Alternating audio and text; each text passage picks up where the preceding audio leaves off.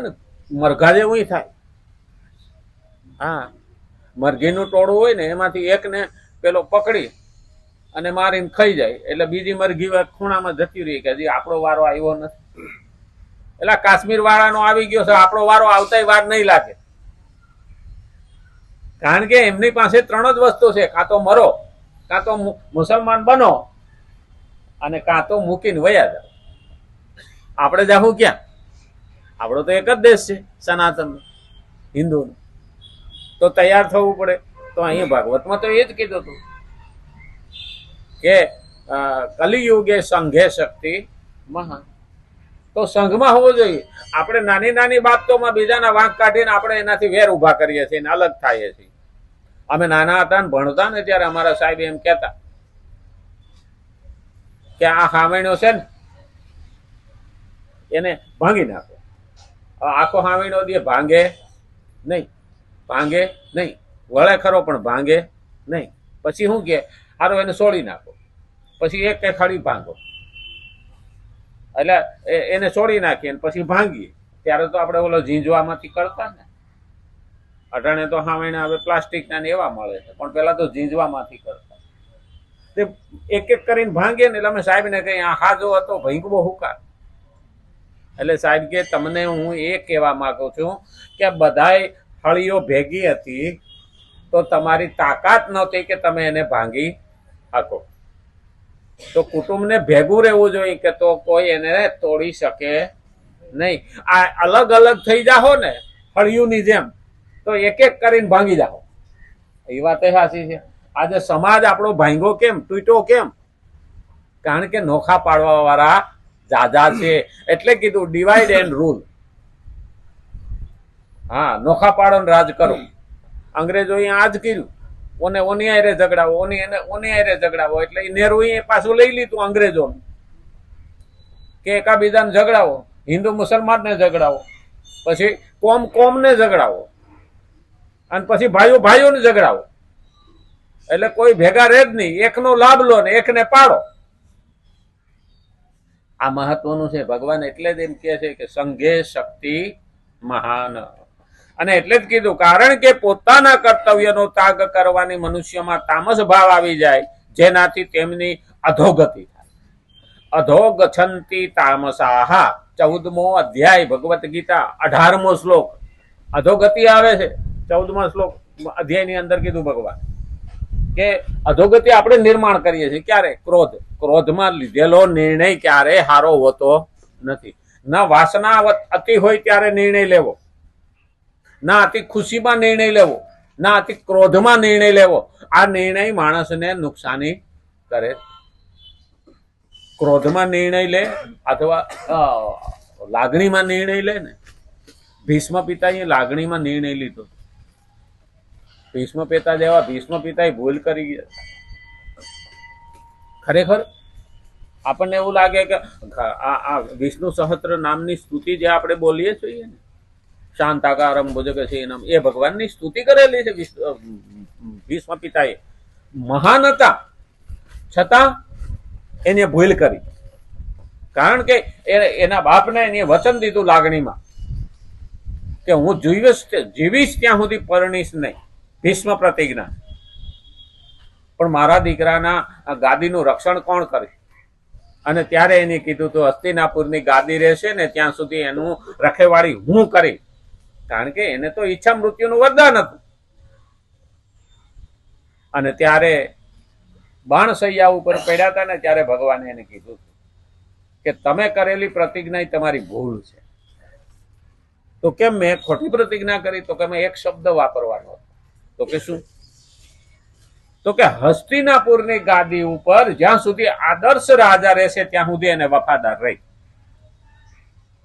આ તો હરામખોર બેઠો તોય તમે એનું ધ્યાન રાખો છો, એના પાપના ભાગીદાર તમે બન્યા છો. એટલે બાણસૈયા ઉપર સૂતા છે. આ એનું પાપ છે. તમે નથી કરેલું, પણ તમે જેને માટે સહકાર આપો ને, કર્ણ અને ભીષ્મ આ બે બીજાના પાપનો ભોગ બન્યા. કારણ કે પાપીને સહકાર આપવાથી આપણે પણ પાપના ભાગીદાર થઈએ છીએ. તો પહેલું યાદ રાખવાનું કે મારે શું કરવું એ પહેલું નક્કી છે. કારણ કે મનુષ્યોમાં તામસ ભાવ ક્યારે આવે કે જ્યારે પોતાના કર્તવ્યનો ત્યાગ કરે. મારું કર્તવ્ય શું એ પહેલા મારે યાદ કરવું જોઈએ.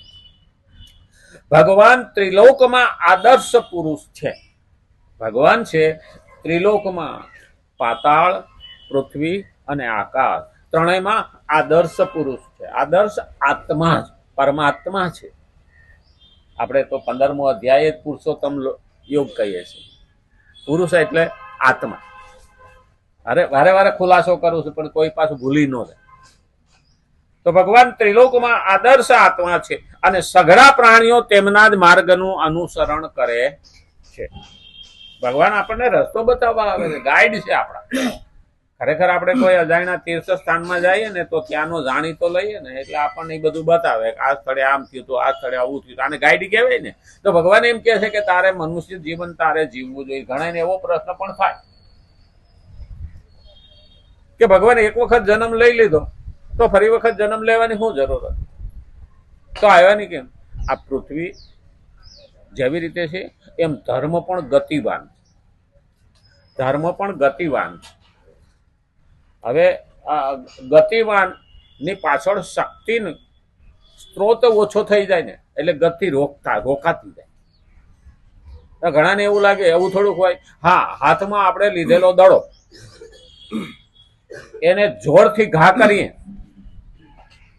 તો એની પાછળ આપણી શક્તિ લાગેલી છે એટલે એ દૂર જવાનો છે. જેવી શક્તિ એવી દૂર જવાનો છે.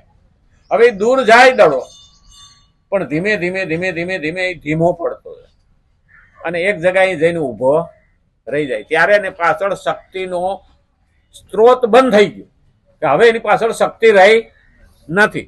બંધ થઈ ગયો ને ત્યાં ઊભો રહી ગયો. બસ આ ધર્મ અવતાર લે અને એને ગતિ આપે અને ત્યાર પછી ચોખ્ખો કરી અને ધર્મને સ્થાપે ત્યારે ધીમે ધીમે ધીમે ધીમે એ ગતિ ઓછી થતી જાય. ત્યારે ભગવાને કીધું કે હું યુગે યુગે આવું છું, ધર્મમાં રહેલો કચરો કાઢું છું અને ફરીને ધર્મને ગતિ આપીને એની સ્થાપના કરું છું.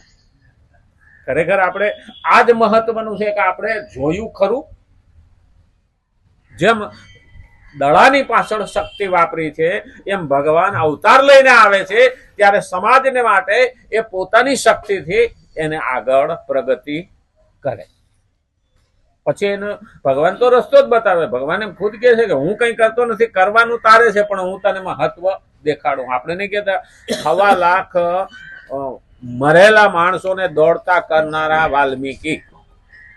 વાલ્મીકી ઋષિનું આવું કહે છે. 1.25 લાખ માણસોને, મરેલા માણસોને દોડતા કરેલા. હકીકતમાં મરેલાને માલિકો પ્રાણ નાખ્યો એવું નથી, પણ જે નમાલા હતાશ બિચારા બાપડા થઈને બેઠી રહ્યા હતા કે અમારાથી કાંઈ નહીં થાય, અમે કાંઈ નહીં કરી શકીએ, એનામાં એક નવું જોમ ભર્યું.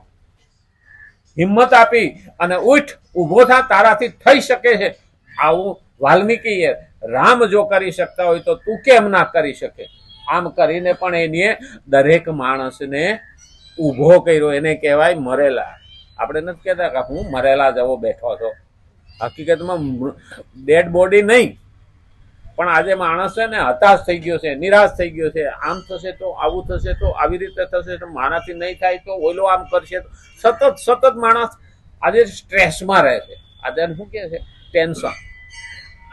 બીજા નંબરમાં શું કહે કે માણસ આજ માનસિક રીતે અસ્તવ્યસ્ત છે. એને બધું જ છે. ખરેખર જોવા જઈએ ને તો સોફા સેટ ઘરમાં છે, ટીવી સેટ છે, ટી સેટ છે, ટી શર્ટ છે, પણ પોતે અપસેટ છે.